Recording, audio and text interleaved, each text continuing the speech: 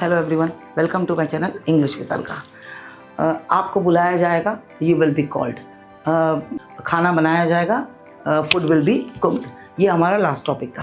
आज मैं आपको बता रही हूँ, जैसे मैं अगर कोई सा भी काम कर देता तो आप क्या यूज़ करते। अगर आप मुझे बता देते तो मैं आपकी मदद कर देता। अगर आप मुझसे पूछते तो मैं आपको बता देता। ऐसा हम कई बार बोलते हैं। तो इस जगह पर हम यूज़ करते हैं वुड हैव का। वुड हैव के बाद वर्ब का थर्ड फॉर्म, जैसे अगर आप मुझे बता देते,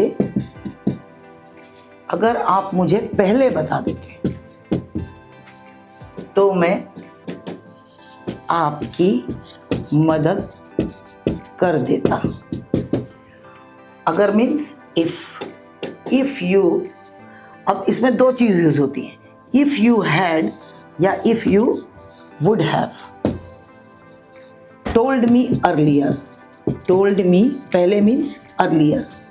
if you would have told me earlier या if you had told me earlier, तो मीन्स देन, मैं आपकी मदद कर देता। देन कोई सा भी काम कर देता तो would have, then I would have helped you. अब ये जो देन है, ये देन दो होते हैं, एक होता है THEN और एक होता है THAN।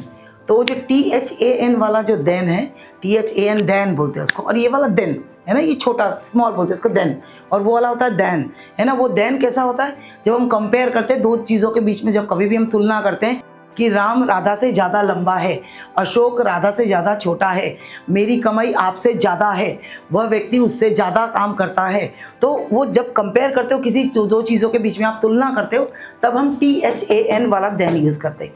और बाकी हम हमेशा फिर के लिए या तो के लिए तो हम THEN वाला देन यूज़ करते हैं।